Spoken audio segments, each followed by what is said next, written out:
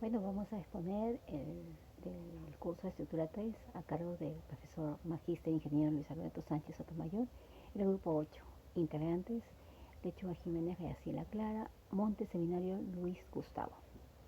¿No? El tema es la fuerza de inercia, el periodo, la frecuencia, la resonancia.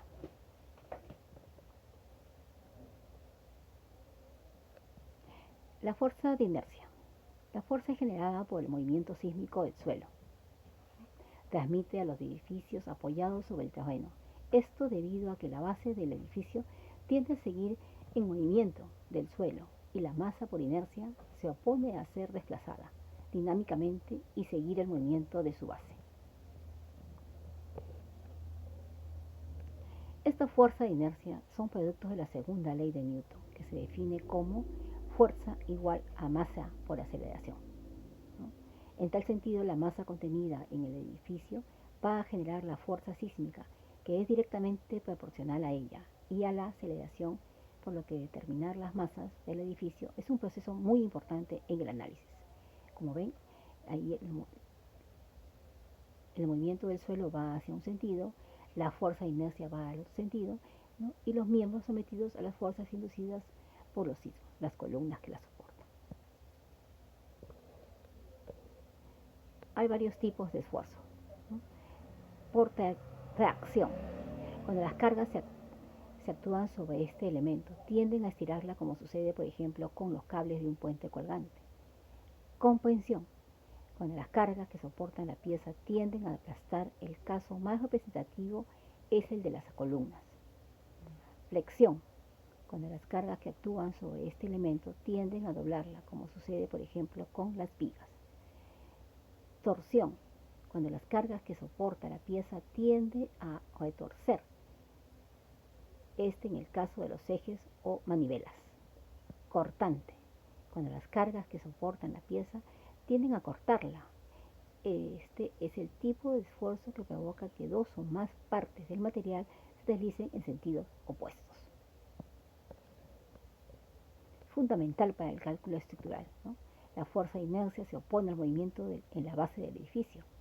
El movimiento del terreno debido al sismo, fuerza cortante basal, ¿no? Las consecuencias al sismo pueden ser catastróficas de no tomarlo en cuenta. Un ejemplo, ¿no?, de la fuerza en un elemento. En este caso usaremos la tabla como la tierra y este elemento como un edificio, ¿no?, a la cual vamos a someter una fuerza. ¿No? Y aquí vemos evidenciar la segunda ley de Newton, fuerza por masa de aceleración, resultado del estado del elemento. Periodo. Periodo fundamental de vibrar de un edificio es un parámetro clave para el diseño sísmico de una estructura en el caso de las construcciones existentes. Es un valor que puede ayudar a determinar las condiciones actuales de seguridad estructural. ¿No? La masa es la parte rígida, el volumen del edificio, y la rigidez, en este caso, es la baja o las columnas que la soportan.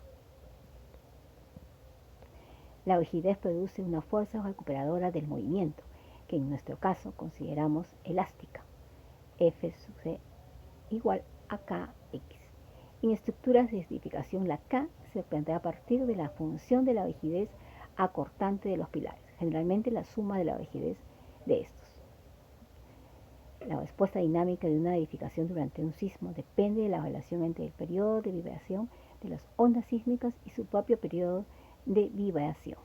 Como ven, en el edificio A dura el tiempo 60 segundos, el edificio B 2 segundos. La ampliación del periodo es distinta y las consecuencias en ambos edificios también serán diferentes.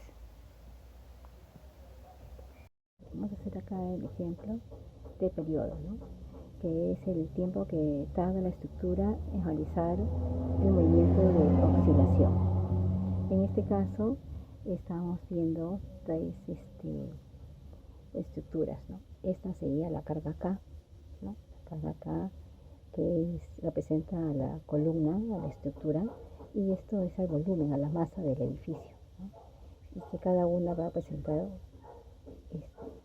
una diferente respuesta a la fuerza, ¿no? De esto será diferente su oscilación. Vamos a hacer un movimiento.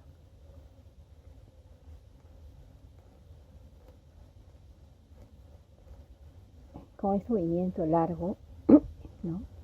Periodo largo, entonces los edificios de mayor altura oscilan, se sienten afectados, ¿no? Menos el de menor altura no hay oscilación, ¿no? Es menor. En cambio, si hacemos un movimiento brusco, corto, las de menor altura sienten la vibración. Ahí está, ¿no? La diferencia es por la diferente altura, ¿no? La carga que tiene la estructura y su volumen. Por eso que cuando ocurre un sismo, en los edificios de mayor altura, cuando es de largo periodo se siente con mayor intensidad. Cuando son cortos, ¿no? Solamente lo sentimos los que vivimos en primer piso, pisos bajos, ¿no? Y en edificios altos ya no se siente el movimiento, ¿no? Es imperceptible. Por eso que depende siempre mucho de su carga, ¿no? Y de su masa para soportar la fuerza de la carga sísmica. Así es. Buen día, ingenieros y compañeros.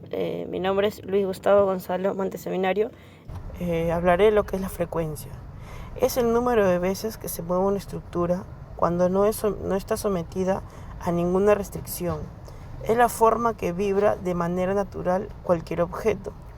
Si esta frecuencia es más amplia y se repite de forma continua, se define como una frecuencia-resonancia. ¿Cómo es esto? Cuando una estructura entra en resonancia, es que está vibrando con la frecuencia. Si la frecuencia de vibración es baja, la rigidez es menor, por lo que la oscilación es lenta y es más propensa a afectar edificaciones más altas. Si la frecuencia es intermedia, bajará la altura del oscilador. Por lo tanto, la estructura será más rígida, la oscilación será más rápida y así se verán afectadas las edificaciones intermedias. Si la frecuencia de vibración es alta, el oscilador será más rígido y la oscilación será muy rápida, afectando a las edificaciones de menor altura, que en este caso vendrían a ser las viviendas. ¿Qué es resonancia? Resonancia se le llama cuando un elemento está vibrando y se transmite por ondas a elementos cercanos o iguales, dependiendo del periodo en el cual se encuentra la estructura afectada.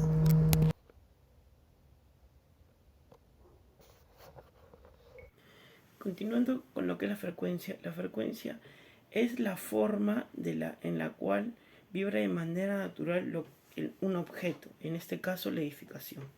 Entonces, ¿qué pasa si esta frecuencia es continua y amplia? Entonces, ya no pasaría a ser una frecuencia, sino una frecuencia-resonancia. ¿Qué pasa cuando la frecuencia es alta? Cuando la frecuencia es alta, las edificaciones más bajas o pequeñas, que vienen a ser las viviendas, por mayor masa y la frecuencia, generalmente sucede un rompimiento. Entonces, este rompimiento hace que la rigidez sea más débil y afecte a la edificación. Cuando una frecuencia es intermedia, afecta a los edificios de mediana altura, que podrían ser los multifamiliares, que no son muy altos.